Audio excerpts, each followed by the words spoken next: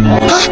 Aduh pusing. Pala otak, pala Barbie pusing. Bolak-balik. Maju, mundur, maju, mundur, maju, mundur, maju.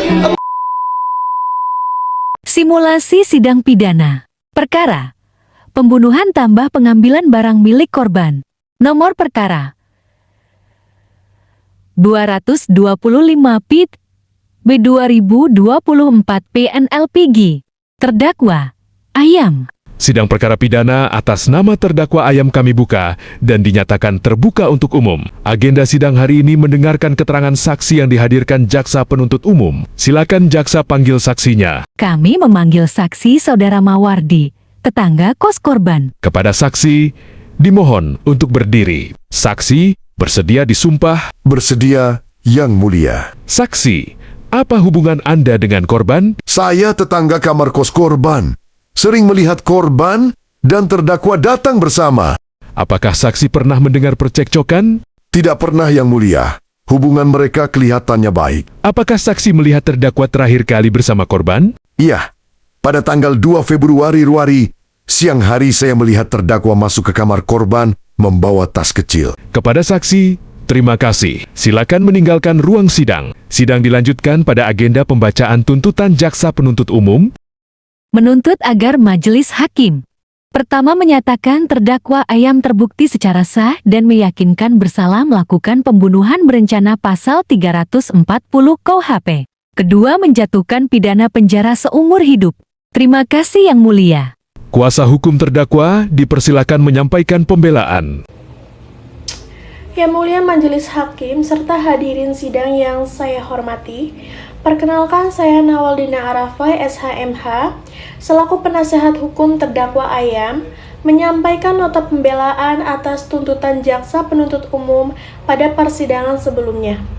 Sebelum menyampaikan pokok pembelaan, kami memohon agar majelis hakim memberikan penilaian secara objektif, proporsional, serta mempertimbangkan seluruh fakta hukum yang terungkap selama persidangan.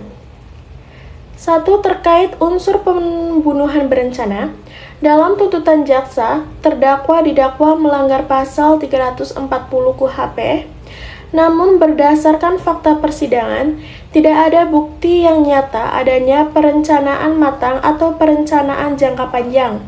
Peristiwa terjadi secara spontan akibat beban psikologis, tekanan ekonomi, dan kecemburuan sosial. Motif bukan dilakukan untuk membunuh dengan rencana jelas, melainkan karena emosi sesaat dan tekanan batin. Dengan demikian, unsur perencanaan sebagaimana dimaksud pasal 340 KUHP tidak terpenuhi secara sempurna. Sehingga menurut kami lebih tepat bila unsur pasal 338 KUHP pembunuhan diterapkan, bukan pembunuhan berencana. 2. Mengenai pengambilan laptop, dompet, dan ponsel. Kami tidak menyangkal adanya perbuatan terdakwa mengambil barang-barang korban. Namun fakta di persidangan menunjukkan perbuatan dilakukan setelah kondisi psikologis terdakwa panik dan ketakutan. Tidak ada niat utama mencuri sebelum kejadian pembunuhan. Pengambilan barang bukan motif utama, sehingga pasal 365 ayat 4 KUHP tidak tepat diterapkan bersama pasal 340 KUHP. 3. Hal-hal yang meringankan. Ya Mulia, kami memohon majelis hakim mempertimbangkan faktor kemanusiaan terhadap terdakwa. 1. Terdakwa masih muda, 23 tahun dan masih berstatus mahasiswa. 2. Terdakwa menyesalinya secara mendalam dan menangis selama persidangan. 3. Terdakwa kooperatif sejak awal penyidikan, bahkan menunjukkan lokasi TKP. 4. Terdakwa tidak pernah dihukum sebelumnya. Terdakwa melakukan perbuatan akibat tekanan ekonomi berat, terlilit utang, serta perasaan rendah diri dan depresi yang tidak ditangani. Perbuatan terdakwa memang sangat berat, namun masa depan seorang anak muda tidak sepenuhnya harus berakhir di balik jeruji seumur hidup.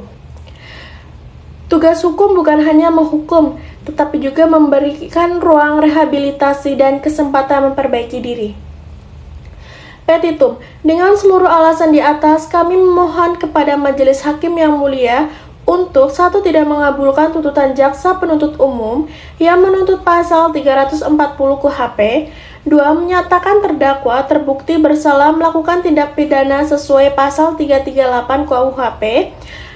3. Menjatuhkan pidana seringan-ringannya dengan mempertimbangkan usia, penyesalan dan masa depan terdakwa.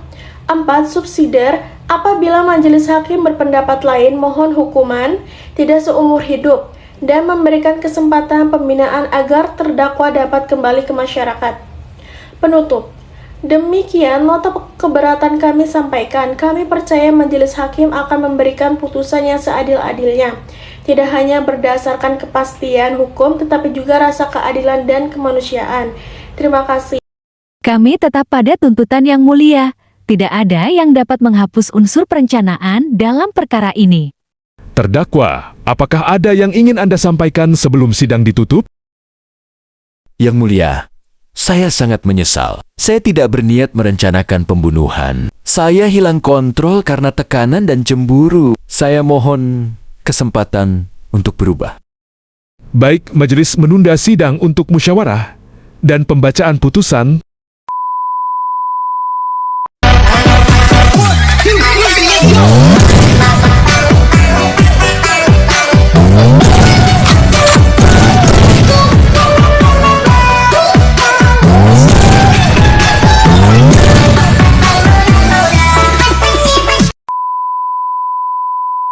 Thank you guys. Sehat-sehat kalian dan jaga diri kalian. Dan ingat guys, kalian sudah melalui banyak rasa sakit. Kalian kuat, kalian bisa lalui lebih banyak rasa sakit itu. Karena sekali lagi guys, gue bilang ke kalian guys, Tuhan gak akan memberikan cobaan yang tidak disanggupi oleh hambanya guys. Semua yang kalian lalui itu guys sudah sejalan Tuhan. Dan Tuhan tahu kalian bisa melalui itu ya. Oke teman-teman, terima kasih sudah menonton videonya.